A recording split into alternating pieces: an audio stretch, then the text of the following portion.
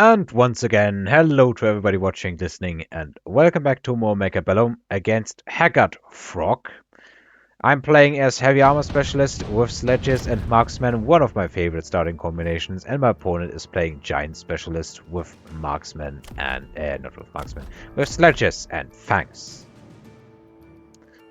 Now, I like to play this unit composition, and once again the opponent aggroes on my right. What has happened to change everyone aggroing from my left to everyone aggroing to my right? I don't know what caused the change, but I'm very unhappy because there's more marksmen on this side that now need to walk. I guess they wouldn't make much of a difference because they would be shooting chaff at the start anyway. But it kinda bugs me that I no longer get easy first rounds by correctly predicting my opponent's aggro direction. Anyway, first turn. Really not much to say here. Crawlers and tanks on this side pushing through, getting a tower, and then suddenly, after all of the chaff died, the tanks are exposed to marksman fire, which simply destroys them very quickly. I even get the second tower, and that's just turn number 1.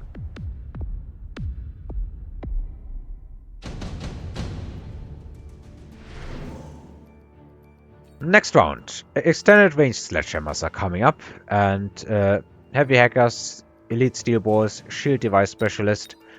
My opponent skips all of these techs. I think I went for these sledges. No, I skipped as well. I guess it doesn't make sense against aggro because the tanks are pretty close anyway towards each other. I end up dropping some wasps and some sledges. My opponent is dropping some crawlers here. Now, where am I putting these wasps?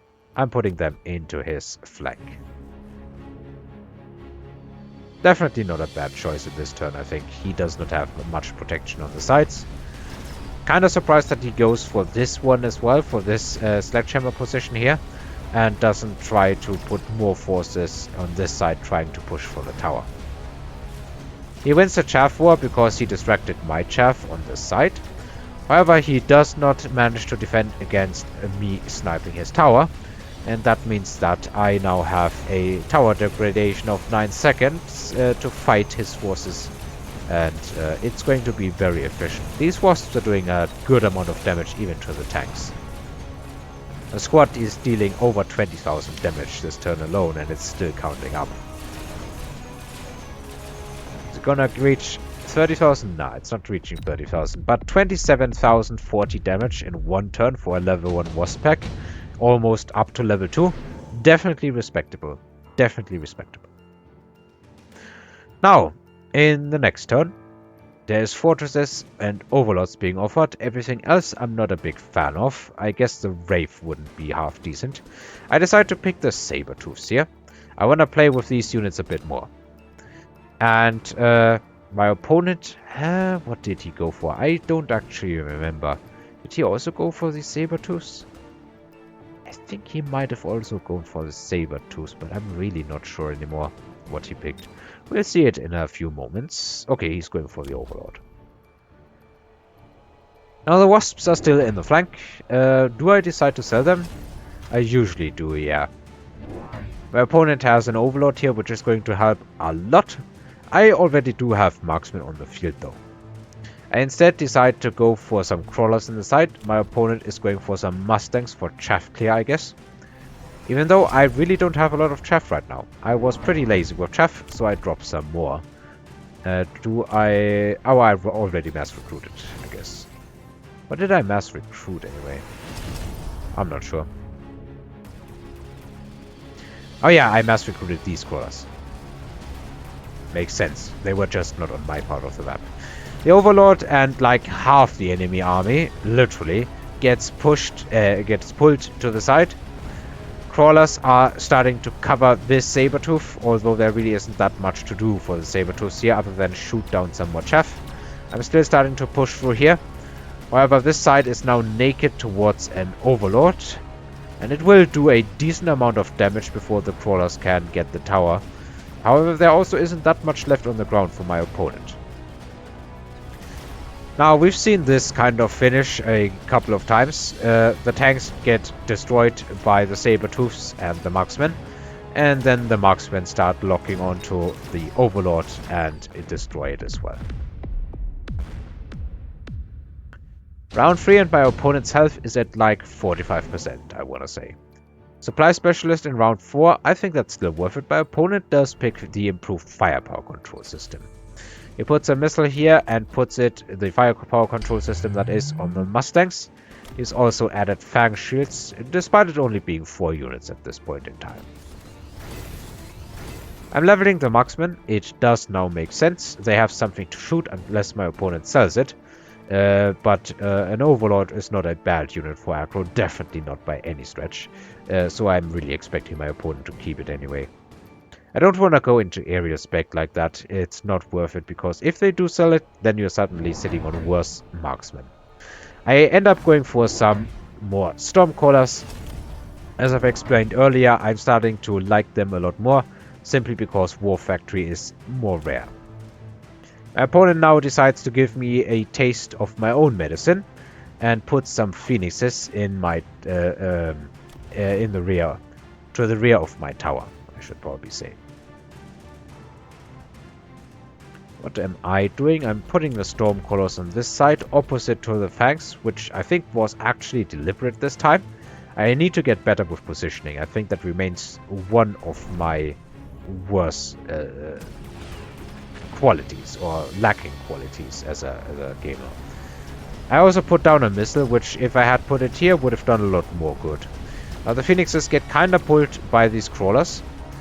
However, they will not get pulled indefinitely.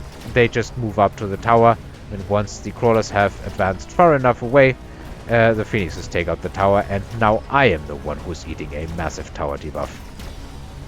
Stormcallers definitely helping a lot, up to 27 and counting in kills. There still is a few sledges left, but undeniably the tower debuff has done a lot for my opponent. Marksman here is starting to shoot the Overlord. The Overlord still had a tank, and now actually I have some Stormcallers to cover for my Marksman. So it does end up being another win for my own units here, but definitely not as dominant as it had been before. Which I totally blame on the Phoenixes, but of course that was a good play on my opponent's part, so I should probably be commending him for playing. I still don't have a lot on the rear here. I go for the Orbital Javelin. I'm really thinking that I need to close this one out, trying to hopefully get his Overlord. I would expect him to missile again, but it's kind of, I guess, a bit of a gamble. Because if he deliberately doesn't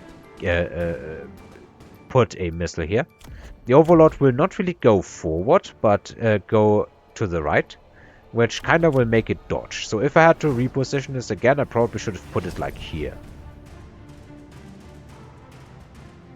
Kind of hard to tell sometimes. He also goes for the Orbital Javelin. I would be expecting him to fire at this specific spot. He, however, ends up targeting this. I'm putting some chaff down in order to protect myself from further Phoenix flanks, and, well, because dropping more chaff is not a bad play, especially if you already have used most of your money, or a significant amount of money, buying a combat power. I end up dropping another tank, trying to balance stuff out, and going for Missile Interceptor, which should hopefully help against the Overlords. However, he also went for Launcher Overlord. He's put the Phoenixes here, which means they are going to do a lot of damage to the tanks, and they will not get destroyed quickly, simply because there is no long-range anti-air here. Initial salvos of the Overlords do get intercepted, but you can start seeing already that they are now pushing through. The anti-air on the Saber-Tooths is definitely not a long-lasting, powerful anti-air ability. There's now 3 Overlords moving in on my forces, basically against 1 marksman on the back of here. Now the marksman also still has some chaff to shoot, so it's not locked onto the Overlords yet, and there really isn't much in the way of protecting it against these Overlords. Fortunately, 1 Stormcaller, I think it was, moved in here, and that marksman gets to live a tiny amount longer, However, of course, against that firepower, there's not really much protecting it with just Stormcrawlers. I do have an additional pack of Fangs here, but my opponent still has ground forces. He has somewhat workable chaff clear, and in the end, my opponent starts taking a round here. Alright, now my opponent has definitely committed into air, which means it's starting to get worth investing into some anti-air. He also picks up Underground Threat. I'm not sure what I picked. I also picked Underground Threat. Yeah, I guess it's worth it, simply to distract some of his forces. It's not bad. I end up putting it here simply because I hope that it will draw his entire field towards the middle. He is going for replicating crawlers. And I think that if you have these Underground Threat crawlers, you will also get replicating Underground Threat crawlers from that if you have the tech unlocked. Which, of course, at the time I was not running. At the time I was running Acidic Explosion. I just changed it over in the last match, and I forgot it for a lot of matches. I also end up choosing Splash for chaff clear on the Stormcrawlers once again, and drop some additional tanks and fangs that will hopefully protect me against further shenanigans from my opponent. I also pick up Mech-Rage as another chaff clearing method, and in general also to hopefully get rid a bit easier of these against these Mustangs and get rid of them.